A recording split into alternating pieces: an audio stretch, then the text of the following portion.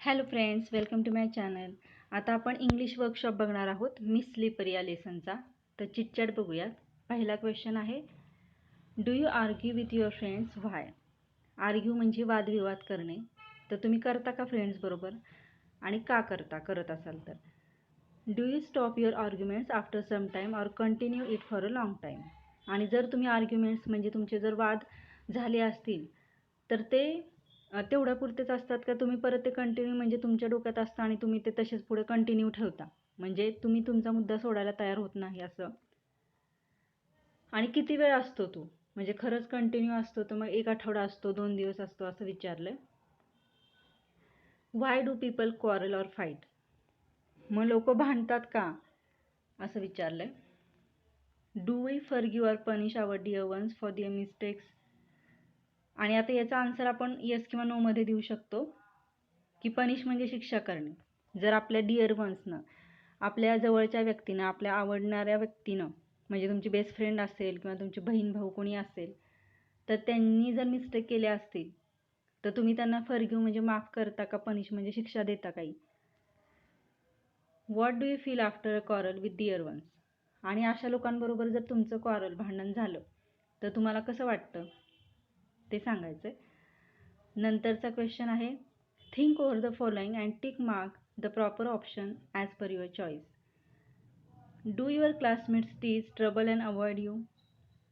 इथं विचार क्लासमेट्स म्हणजे तुमच्या क्लासमधले जे स्टुडंट्स आहेत क्लासमेट्स, तर ते तुम्हाला चिडवतात का? टीज म्हणजे ट्रबल म्हणजे त्रास देतात का? आणि अवॉइड म्हणजे आपल्याला असा एखाद्या क्लासमध्ये विद्यार्थी असतो की तो सारखा भांडत असतो, तो सारखा रडत असतो, तर आपण त्याच्याशी जास्त फ्रेंडशिप नाही करत, त्याला टाळतो.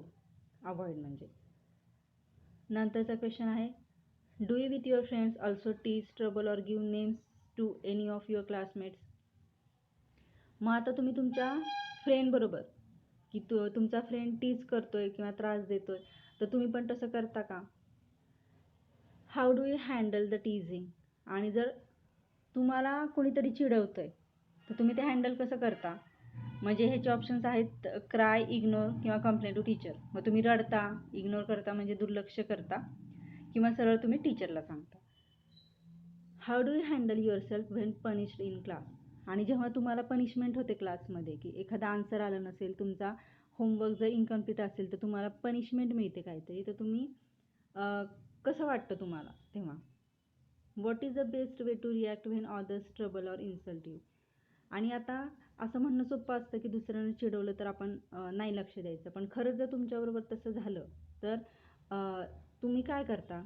तर त्याचे ऑप्शन्स आहेत, टेक रिवेंज म्हणजे तुम्ही त्याचा बदला घेता. म्हणजे समजा जर एखाद्यानं मुद्दामून तुम्हाला काहीतरी कलर्स आणलाय तुमच्या ड्रेसवर किंवा वहीवर, तर तुम्ही पण तसंच करता. इग्नोर देम टोटली म्हणजे तुम्ही अजिबात लक्ष देत नाही, ठीक आहे त्यानं केलं तर करू देत. बिकम डिप्रेस्ड म्हणजे तुम्ही खूप दुःखी होता, म्हणजे तुम्हाला रिॲक्ट कसं व्हावं हे समजत नाही, मग तुमचं कॉन्सन्ट्रेशन पण कमी होतं आणि तुम्ही फारच दुःखी होता. नन ऑफ देम किंवा तुम्हाला अजून या 3 ऑप्शन्स शिवाय तुम्हाला दुसरं काहीतरी वाटतंय तर तुम्ही इथं टिक करू शकता. आणि वरती जर तुमचा आन्सर पहिल्या क्वेश्चनमध्ये येस असेल तर हो, कधी कधी मला चिडवतात ते. नो म्हणजे नाही चिडवत, आणि समटाईम्स म्हणजे कधी कधी चिडवतात. तर पहिल्या 2चे आन्सर्स तुम्ही असे द्यायचे, ए आणि बीचे. आता क्वेश्चन 2 बघूयात. Rewrite using proper punctuation marks and capital letters. एक रूल असतो की जेव्हा आपण सेंटेन्स लिहितोय तर त्याच्यामध्ये ते पण पहिलं सेंटेन्स आणि प्रॉपर नाऊनचं जे असतात प्रॉपर नाऊन, तर ते तुम्ही कॅपिटल लेटर्स लिहायचे असतात. जसं की इथं अमर आहे, प्रॉपर नाऊन आहे म्हणून आपण अमरमधला एक कॅपिटल लिहिणार आहोत. आणि नंतर पंक्च्युएशन मार्क्स म्हणजे कॉमा असतो, पुन्हा इन्व्हर्टेड कॉमा असतो, तर ते इथं वापरायचे.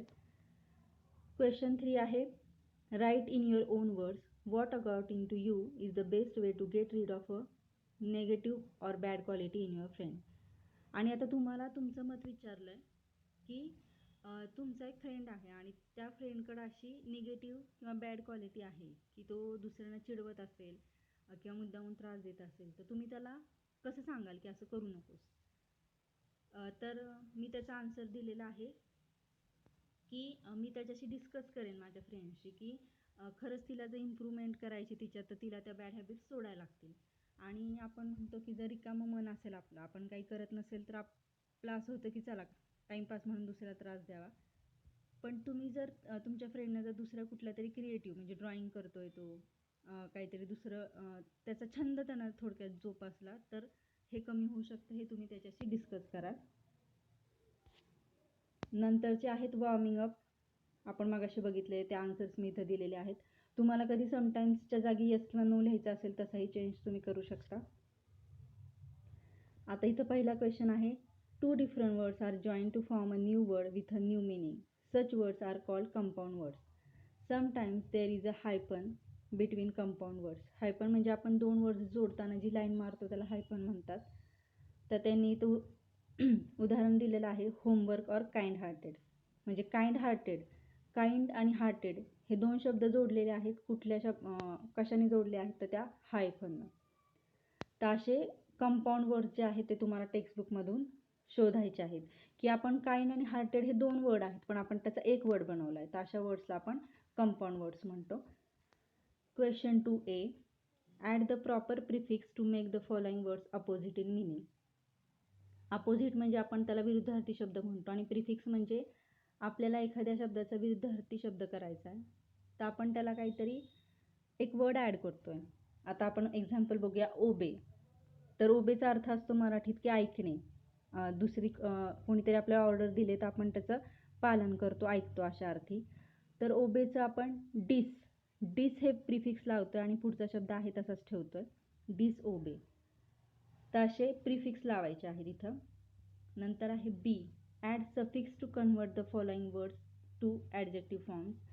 आता लाभ आहे तर आपल्याला सफिक्स कुठलं लावून तो वर्ड तयार होऊ शकतो की तो वर्ड आपल्याला ॲडजेक्टिव्ह पाहिजे. पण आता आपण थॉट एक्झाम्पल घेतलं तर थॉटला आपण थॉटफुल असं करू शकतो, की आपण सफिक्स म्हणजे थॉट हा तसा शब्द ठेवला आणि FUL हे लावलेलं आहे, मग तो थॉटफुल हा शब्द झालेला आहे सफिक्स लावल्यामुळे. सफिक्स कुठला आहे इथं, FUL.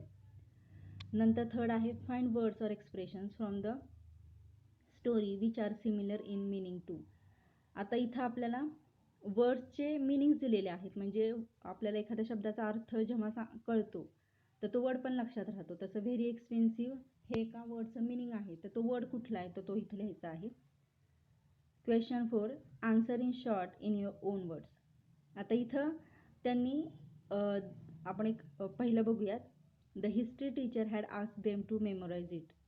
म्हणजे इथं हा क्वेश्चनच आहे पण क्वेश्चन वर्ड आहे तो ब्रॅकेटमध्ये आहे. तर क्वेश्चन असा होऊ शकतो की ज्या हिस्ट्री टीचर होत्या त्यांनी काय मेमोराइज, काय आठवायला सांगितलं होतं.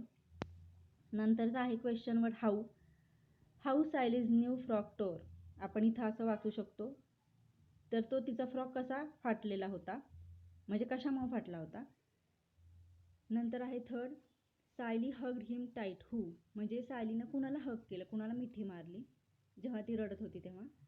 Sayali was called slippery why. म्हणजे सायलीला स्लिपरी का म्हटलं तिच्या फ्रेंड्स म्हणत होत्या. Teacher told Sayali to meet her in the teacher's room when. आणि त्या टीचरनं तिला टीचर्स रूममध्ये कधी बोलवलं होतं, व्हेन म्हणजे कधी बोलवलं होतं. आणि शेवटचं आहे, teacher ask Sayali to carry the notebooks where. म्हणजे त्या नोटबुक्स कुठे ठेवायला सांगितल्या होत्या तिला. तर हे आन्सर्स आहेत त्याचे. हे आपण प्रिफिक्स लावलेले आहेत क्वेश्चन 2A मध्ये आणि B मध्ये आपण सफिक्स लावलेले आहेत. नंतर जे आपण मिनिंग्स बघितले होते ते हे मिनिंगचे वर्ड्स आहेत, म्हणजे त्या वर्डचं मिनिंग तुम्हाला दिलं होतं आणि ते वर्ड्स लिहायचे. आणि हे आपण जे क्वेश्चन बघितले आता व्हॉट व्हाय तर त्याचे आन्सर्स आहेत. नंतर आहे question 5, divide the class in 2 groups with the help of your teacher and convert the story into a skit. Each group can take up one part of the story and later combine both the parts. Mention the following in your compilation. Present the skit in your class. आता हा जो lesson आहे तर तुम्ही त्याचं skit म्हणजे थोडक्यात छोटं नाट्य रूपांतर करायचं आहे, की यातले जे कॅरेक्टर्स आहेत तर वर्गामध्ये 2 ग्रुप बनवून ते कॅरेक्टर्स बनवायचेत आणि त्यांचे संवाद तुम्ही तयार करून लिहायचे आहेत. आणि खाली तुम्ही काय काय पाहिजेत, अ न्यू टायटल, की तुम्ही तुमच्या स्किटला, छोट्या नाटकाला एक नवीन टायटल द्यायचं आहे. नंतर सीन्स म्हणजे तुम्ही शाळेचा सीन करताय तर थोडीफार तिथं मुलं दाखवली पाहिजेत किंवा हसतायत तर बाकीच्या मुली पण तिथं दाखवल्या पाहिजेत असं. किंवा तुम्ही कुठला पर्टिक्युलर सीन करताय, की ती पडली आहे पायऱ्यांवरून किंवा तिला टीचर ओरडतायत, तर असा सीन. आणि कॅरेक्टर्स म्हणजे तिची मम्मी आहेत, पप्पा, छोटा भाऊ, हे कॅरेक्टर्स. आणि डायलॉग्स म्हणजे तिचा भाऊ काय म्हटला होता किंवा मम्मी काय म्हटली होती, हे डायलॉग तुम्ही लिहून त्या कॅरेक्टरला द्यायचे आहेत. नंतर एंट्री, मग तुम्ही जो सीन निवडला आहे त्यानुसार तुम्ही एंट्री पण तिथं दिली पाहिजे. आणि एक्झिट, मग तुम्ही एक्झिट म्हणजे शेवट कसा करणार आहे नाटकाचा ते. Question 6, write what expression does a person use in the following situation. म्हणजे तुम्ही काय एक्सप्रेशन वापरता. तर पहिली सिच्युएशन आहे when a person gets a sudden fright. Fright म्हणजे जेव्हा तुम्हाला खूप भीती वाटते, तर तुम्ही काय म्हणता तुम्ही तेव्हा. नंतर आहे when a person is very nervous, म्हणजे एखादा खूप नर्वस म्हणजे त्याला काहीच करूशी वाटत नसतं, त्याला असं वाटत असतं की मला काही येत नाही आहे, असं नर्वस म्हणजे. When a person is tensed, आणि नंतर टेन्स म्हणजे त्याला खूप टेन्शन आलं की आता समजा आपण त्या सायलीचं उदाहरण घेतलं की मला हसले तर काय करतील आता माझ्या फ्रेंड्स, किंवा तिच्या ते फ्रेंड्स नव्हत्याच पण माझे क्लासमेट्स मला हसले तर काय करतील, असं ते तिच्या डोक्यात चालायचं ते टेन्शन. नंतर आहे when a person is very happy, म्हणजे जेव्हा आपण खूप आनंदात असतो. नंतर आहे a person is very confident, म्हणजे कॉन्फिडन्स आपण आत्मविश्वास म्हणतो. When a person is very angry, म्हणजे तो खूप रागावलेला आहे. आणि when a person is very sad, म्हणजे तो फार दुःखी आहे. आता लँग्वेज स्टडी बघूयात. Some verbs in English do not change in a regular pattern. When their tense changes these verbs are called irregular verbs. Fill in the forms verbs in the following table. आता काही verbs असे असतात की ते टेन्सनुसार काय होतात, म्हणजे regular pattern असतो त्याच्यात ते चेंज नाही होत आहेत. तर ते खाली एक्झाम्पल्स दिलेले आहेत त्यांचे की ब्रेक, ब्रोक, ब्रोकन. आता त्यांनी 2 एक्झाम्पल्स दिलेत आणि खालचे तुम्हाला लिहायला सांगितले, जसं गो, वेंट, गॉन होतं किंवा कम, केम, कम असं. तर ह्याचे आन्सर्स मी पुढे दिलेले आहेत की आपण ह्यावरती एक्सप्रेशन्स वापरतो आणि हे खाली व्हर्बचे फॉर्म आहेत. नंतरचं आहे fill up the table of tenses using the verb give. आता पहिल्यांदा इथं दिला त्यांनी प्रेझेंट टेन्स, नंतर आहे पास्ट आणि नंतर फ्युचर. जसं आपण मराठीत प्रेझेंट म्हणजे वर्तमान काळ म्हणतो, आत्ताचा काळ. नंतर आहे पास्ट, पास्ट म्हणजे भूतकाळ, आणि फ्युचर म्हणजे भविष्यकाळ. तर जर आपण प्रेझेंटमध्ये गिव्ह वापरत असू तर पास्टमध्ये गिव्हचा फॉर्म होतो गेव, आणि फ्युचरमध्ये होतं शाल किंवा विल गिव्ह. आपण आयमध्ये शाल वापरतो आणि ही, शी, विल, यू, वी असेल तर आपण विल वापरतो. तर इथं तुम्ही तसं लिहायचं आहे. आणि आता कंटिन्यूसमध्ये ॲम, इज, आर, म्हणजे आय ॲम असतं, वी आर असतं, दे आर असतं. मग ही, शी, इटमध्ये काय असतं, इज वापरतो, तसं ते होणार आहे. मग पास्ट टेन्समध्ये काय वापरतो आपण, वॉच किंवा वेअर, तर ते लिहायचं आहे तिथं. नंतर आहे दुसरा question, say whether the following sentences are in continuous tense or perfect tense. तर आपण वरती जर स्ट्रक्चर बघितलं तर कंटिन्युअस जो आहे टेन्स, तर त्याचं स्ट्रक्चर आहे ॲम.